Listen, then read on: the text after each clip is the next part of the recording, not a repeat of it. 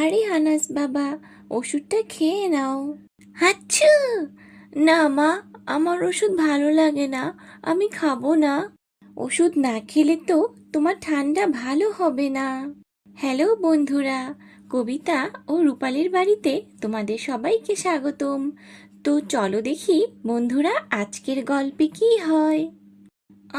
কত সকাল হয়ে গেছে। যাই, আমি যে আগে ঘরের কাজগুলো করে ফেলি। কবিতাও তো বাড়িতে নেই, সব কাজ তো আমাকেই করতে হবে। সংসারে কত কাজ থাকে। আর এই বাচ্চাগুলো এখনো ঘুমাচ্ছে। যাই, বাচ্চাদেরকে আগে ডাক দিই। আনাস, পিঙ্কি, ওঠো। আর কত ঘুমাবে? দেখো সকাল হয়ে গেছে, তাড়াতাড়ি ঘুম থেকে উঠে পড়ো। চাচি, আর একটু ঘুমাই না প্লিজ, আর একটু ঘুমাতে দাও। না পিঙ্কি, এত বেলা করে ঘুমালে তোমার শরীর খারাপ করবে, জানো না? বেশি বেলা করে ঘুমাতে হয় না। তাড়াতাড়ি ওঠো, আমি নাস্তা দিচ্ছি তোমাকে আর আনাসকে। আনাস, তাড়াতাড়ি উঠে যাও। না মা, ভালো লাগছে না শরীরটা, আমি আর একটু ঘুমাই। না, তাড়াতাড়ি ওঠো, আমি নাস্তা নিয়ে আসছি, আর ঘুমাতে হবে না। এই বলে রূপালী নাস্তা আনতে চলে যায়। আর একটু পরেই রূপালী নাস্তা নিয়ে এসে দেখে পিঙ্কি আর আনাস ঘুম থেকে উঠে বসে আছে। হাচ্ছু, হাচ্ছু! কিন্তু এ কি, আনাস বারবার হাঁচি দিচ্ছে কেন? হাচ্ছু, হাচ্ছু! আরে আনাস, কি হয়েছে তোমার? তুমি বারবার হাঁচি দিচ্ছ কেন? মা, আমি তোমাকে বললাম না, আমার শরীরটা ভালো লাগছে না, কেমন যেন খারাপ লাগছিল, আর ঘুম থেকে ওঠার পর খালি হাঁচি আসছে। হ্যাঁ চাচি, আনাস ভাইয়া খালি হাঁচি দিচ্ছে, আমার ভালোই লাগছে না। আরে আনাস সোনা, তোমার তো অনেক ঠান্ডা লেগেছে মনে হয়। যা গরম পড়েছে, এই গরমের কারণেই তোমার ঠান্ডা লেগেছে। দাঁড়াও, আমি তোমার জন্য বেশি করে আদা দিয়ে আদা চা করে নিয়ে আসছি। দেখবে, আদা চা খেলেই তোমার ঠান্ডা একদম ভালো হয়ে যাবে।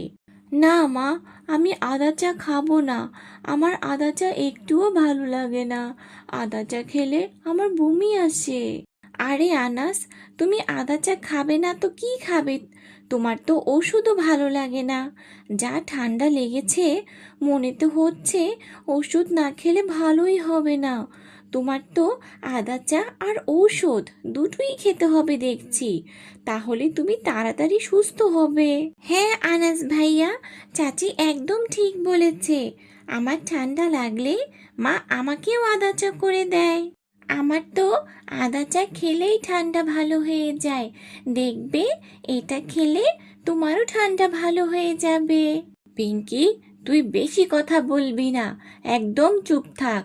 আমার আদা চা ভালোই লাগে না, আমি মরে গেলেও আদা চা খাবো না। আচ্ছা আচ্ছা ঠিক আছে, তাহলে আমি তোমার জন্য ওষুধ নিয়ে আসছি, ওষুধ তো তোমাকে খেতেই হবে।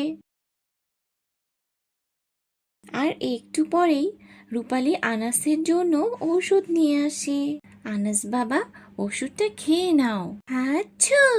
না মা, আমার ওষুধ ভালো লাগে না, আমি খেতে চাই না। কান্না করো না তো আনাস, ওষুধ না খেলে তোমার ঠান্ডা তো ভালো হবে না। তুমি ঠিক বলেছ চাচি। ভাইয়া, তুমি ওষুধটাই খেয়ে নাও, তুমি তো আর আদা চা খাবে না তাই না? আর ঠিক তখনই রূপালীর বাসায় সীমা আর আরুষি চলে আসে। আরে রূপালী, কি খবর? কেমন আছো তোমরা সবাই? কবিতা আর ওর বাচ্চা কেমন আছে? কবিতাকে বাসায় কবে নিয়ে আসবে তোমরা? আরে সীমা ভাবি, কেমন আছো? কতদিন পর তোমাকে দেখলাম। কবিতা আর ওর বাচ্চাকে দুদিনের মধ্যেই আমরা বাসায় নিয়ে আসব। আর বলো না, আরুষি বলল পিঙ্কির সাথে খেলা করবে, তাই ওকে একটু নিয়ে এসেছি।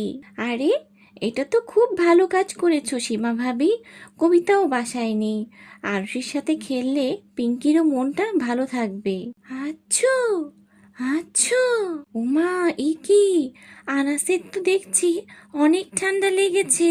আর বলো না সীমা ভাবি, সকালে ঘুম থেকে ওঠার পরই দেখি এই অবস্থা। আসলে যা গরম পড়েছে না, গরমের কারণেই মনে হয় ওর ঠান্ডা লেগেছে।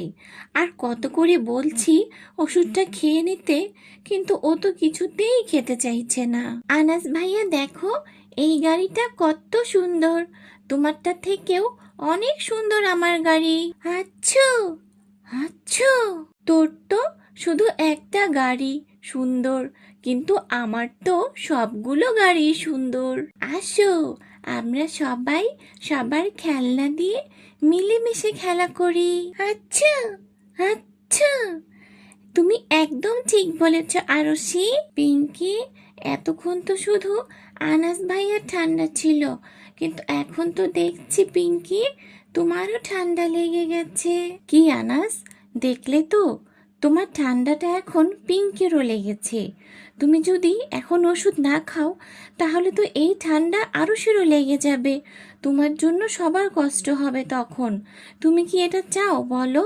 না মা, আমার জন্য কেউ কষ্ট পাক এটা আমি কখনোই চাই না। হ্যাঁ আনাস, তোমার যদি ঠান্ডা ভালো না হয়, তাহলে তোমাদের বাসায় দুদিন পরে যে নতুন বাবুটা আসবে, তখন তো ওরও ঠান্ডা লেগে যাবে। কারণ ঠান্ডা, কাশি এগুলো তো ছোঁয়াচে রোগ। তোমার জন্য তখন ওই ছোট বাবুরও কষ্ট হবে। না না, আমার জন্য আমার ছোট বোনের কষ্ট হোক এটা আমি চাই না। দাও মা, দাও আমাকে ওষুধটা দাও, আমি এখনই খেয়ে নিচ্ছি। ঠিক আছে, কিন্তু এখন তো আর তোমাকে একা ওষুধ খাওয়ালে হবে না, তোমার সাথে পিঙ্কি আর আরুষিকেও খাওয়াতে হবে। পিঙ্কির তো ঠান্ডা লেগেই গেছে, যদি আবার আরুষিরও ঠান্ডাটা লেগে যায়, তাই এখন তোমাদের তিনজনকেই ওষুধ খেতে হবে। নাও বাচ্চারা, তোমরা সবাই একটু একটু করে ওষুধটা খেয়ে নাও। এরপর রূপালী সবাইকে ওষুধ খাইয়ে দিল। এখন আর কোনো চিন্তা নেই, আমরা সবাই সুস্থ হয়ে যাব। হ্যাঁ পিঙ্কি, তুই একদম ঠিক বলেছিস, এখন আমরা সবাই সুস্থ হয়ে যাব। আরে আরুষি, অনেক সময় হয়ে গেছে, চলো আমাদের এখনই বাসায় যেতে হবে। না মা, আমি আর একটু খেলতে চাই, আর একটু খেলা করি না মা, প্লিজ। না, তোমার বাবা বাসায় চলে আসবে, চলো তাড়াতাড়ি বাসায় চলো, এমনি অনেক দেরি হয়ে গেছে। আরে সীমা চাচি, আরুষি এত করে খেলতে চাইছে, আর তুমি ওকে খেলতেই দিতে চাইছো না। তুমি আরুষিকে আজকে আমাদের বাসায় রেখে যাও, পরে এসে তুমি ওকে নিয়ে যেও, এটাই ভালো হবে।